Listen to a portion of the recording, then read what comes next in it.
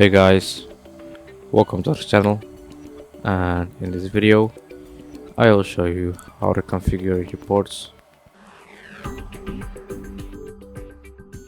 So first you want to go to switching, and then you go to ports and then ports configuration, and then you want to select any port that you want. So I'm going to select this port.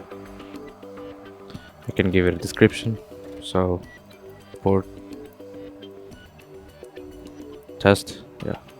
Then status up or down, then reactivate suspended, you can enable it or disable it, and auto negotiation, disable or enable, it's up to you now.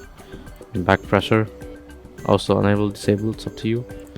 Disable, enable, flow control, and auto. And basically that's it. That's it for this video.